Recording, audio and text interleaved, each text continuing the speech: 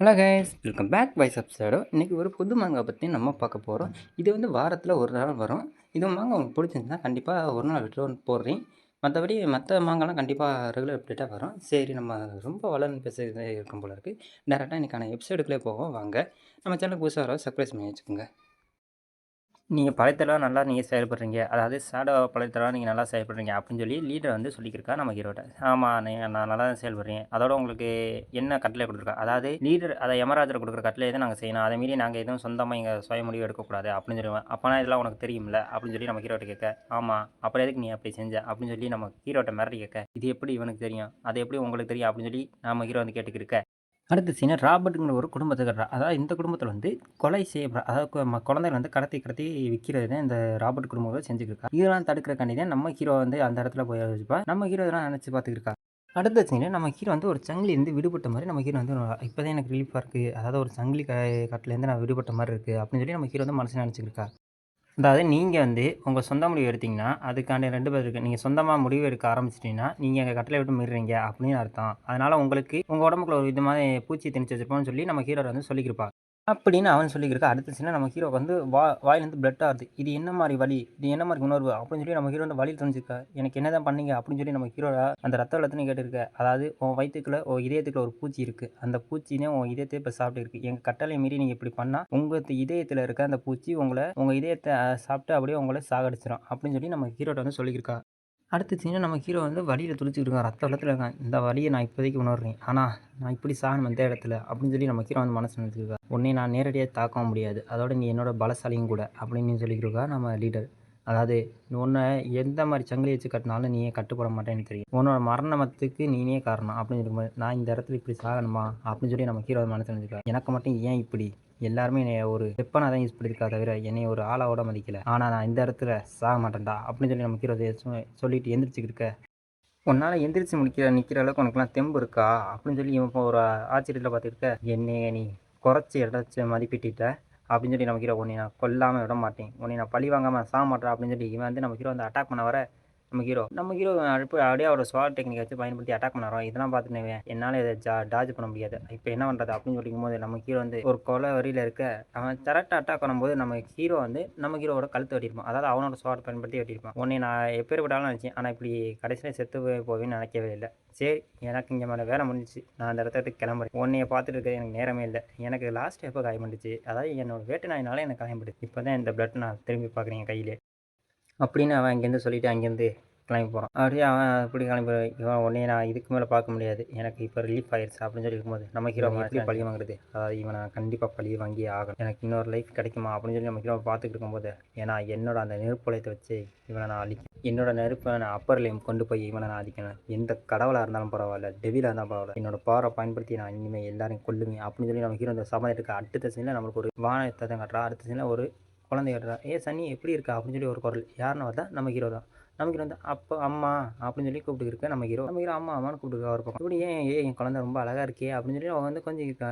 இதெல்லாம் பார்த்து நம்ம ஹீரோ, எனக்கு இது ரொம்ப கூச்சமாக இருக்குது அப்படின்னு சொல்லி நம்ம ஹீரோ என்னோட நான் மனசளவில் பெரியவன், ஆனால் உடம்புல சின்னவனாக இருக்கேன், என்னோட முன் ஜென்மத்தில் இருந்தவரை இப்போ என்னால் நம்ம ஹீரோ முன் ஜென்மத்தில் அதாவது ஒரு கொலாலியாக இருந்திருப்பான், அதாவது ஷேடோவாக இருந்திருப்பான் நம்ம ஹீரோ. அப்படியே இருந்த லைஃப்பை வாழ்ந்துக்கிட்டு ரொம்ப தனிமை ஃபீல் இருப்பான் நம்ம ஹீரோ. ஆனால் இப்போ நம்ம ஹீரோவுக்கு ஒரு ஃபேமிலியானது கிடச்சிருக்கு. அடுத்து ஒரு குரல், பேரரசு வர்றாரா அப்படின்னு சொல்லி ஒரு குரல் கேட்க. யாருன்னா பார்த்தா நம்ம ஹீரோவுக்கு ராஜா இருந்திருக்கா, அதான் நம்ம ஹீரோட அப்பான்னு சொல்லலாம். வந்து இவனுக்கு பேர் என்ன வச்சிருக்க, அதாவது இவன் பேர் சனி வச்சிருக்கேன், இனிமேல் இவன் பேர் சனி இல்லை, இவன் பேர் இனிமேல் லான் அப்படின்னு சொல்லும்போது, லான் எப்படி இருக்கா அப்படின்னு சொல்லி அவர் குரல் கொடுத்து கூப்பிட. இப்படி நம்ம ஹீரோ கூப்பிட்டோன்னே நான் இங்கேருந்து கிளம்புற முடியல, நான் இனிமேல் உன்னை பார்க்க விரும்பலை அப்படின்னு சொல்லிட்டு அவர் கிளம்பி போக. அடுத்து நம்ம ஹீரோ தூக்கத்தில் இருக்கா, அதாவது நான் தூக்கத்தில் இருக்கும்போது தான் என்னோட மானாவை நான் இன்க்ரீஸ் பண்ண முடியும், இவர் நான் முழிச்சிருந்தா எப்படியும் அதாவது சில்வியா வந்து என்னை பிடிச்சிக்கிட்டே என்னை கொஞ்சிக்கிட்டே இருந்திருப்பாங்க, என்னோட தூக்கத்தில் என்னோட ப்ராக்டிக்ஸ் என்னோட மானாவை இன்க்ரீஸ் படுத்த முடியும் அப்படின்னு சொல்லி நம்ம ஹீரோ வந்து அவரோட மானாவை கண்ட்ரோல் பண்ண பார்க்குறா. நம்ம ஹீரோட நெருப்புடைய சக்தியை பயன்படுத்தி பார்க்குறா. ஆனால் நெருப்புடைய சக்தியை பயன்படுத்தும் போது மூச்சாற்றல் மட்டும் கவனமாக இருக்கணும். அந்த மூச்சாற்றல் கவனமாக இருக்கிறதுக்கு நம்ம ஹீரோ வந்து இயற்கையை காற்றை சுவாசிக்கிறது நம்ம நம்பர் ஸ்வாடாக மாற்றணும்னு சொல்லி நம்ம ஹீரோ வந்து ப்ராக்டிஸ் பண்ணிக்கிறோம். கிங் ஸ்வாடாக மாறணும் நம்ம ஹீரோ வந்து ப்ராக்டிஸ் பண்ணிக்க ஒரு கட்டத்தில். நம்ம ஹீரோ அதாவது இந்த ஸ்வாடை மாதிரி இந்த என்னோட ஸ்வாடை மாற்றணும், இந்த கிங் ஸ்வாடா அப்படின்னு சொல்லி நம்ம ஹீரோ வந்து சொல்லியிருக்க. அடுத்த சின்ன முன் ஜென்மத்தில் நேரம் வந்து பார்த்துட்டு நம்ம ஹீரோ தான் பார்த்துருக்கேன். நான் நெருப்புடையத்தை எண்ணெயை சுற்றி ஒரு சீல்டு மாதிரி வச்சுப்பேன், அப்போ தான் என்னோட தற்பாக்களையும் நான் சிறந்து இருக்க முடியும் அப்படின்னு சொல்லி நம்ம ஹீரோ வந்து சொல்லியிருக்கா. சரி நான் ப்ராக்டிஸ் பண்ணுறேன்னு சொல்லிட்டு நம்ம ஹீரோ வந்து ப்ராக்டிஸ் பண்ணியிருக்கான். நம்ம ஹீரோ ப்ராக்டிஸ் பண்ணும்போது அதாவது ஃபயர் எனர்ஜியும் அதாவது ஐஸ் எனர்ஜி சேர்ந்து வருது. நம்ம ஹீரோ இப்படி 2 ப்ராக்டிஸ் பண்ணியிருக்காங்க. நம்ம ஹீரோ வந்து ஒரு அன்கண்டிஷனான நிலைமையில இருக்காங்க. நான் இப்போ என்னதான் பண்ணுறது அப்படின்னு சொல்லி நம்ம ஹீரோ மனசில் நினச்சிட்டு இருக்கும்போது நம்ம ஹீரோ ஒரு ஐடியா தருகிறது. அதாவது ஃபயர் எனர்ஜியும் அதாவது பனி எனர்ஜியும் சேர்ந்து ஒரு ஷீல்டு மாதிரி உருவாக்குவோம் அப்படின்னு சொல்லி நம்ம ஹீரோ வந்து அதை ட்ரை பண்ணியிருப்பா இப்போ. அடுத்த சீன்ல நம்மளுக்கு ஒரு அதாவது ஒரு இரவு நைட்ட காட்டியிருக்கா. அந்த இரவு நைட்ல நம்ம ஹீரோ வந்து இப்போ முழிச்சிருக்கா. அதாவது போன ஜென்மத்துக்கு ஹீரோ முழிச்சிருக்கா. அடுத்த சீன்ல நம்ம ஹீரோ பிரசன்ட் ஹீரோ காட்டுறா. நம்ம ஹீரோ இதுக்கு மேல என்னால முடியாதுடா சாமி. ஏன்னா இது ஒஞ்சதுக்கு நம்ம ப்ராக்டிஸ் பண்ணக்கு இப்படி டயர்ட் ஆகுது அப்படின்னு சொல்லி இந்த உடம்பு ரொம்ப ஸ்ட்ராங்கா இல்ல வரல. ஸ்ட்ராங் படுத்துன்னு சொல்லி நம்ம ஹீரோ வந்துருக்கான். அது சின்னதா மார்னிங் விடிஞ்சிருது.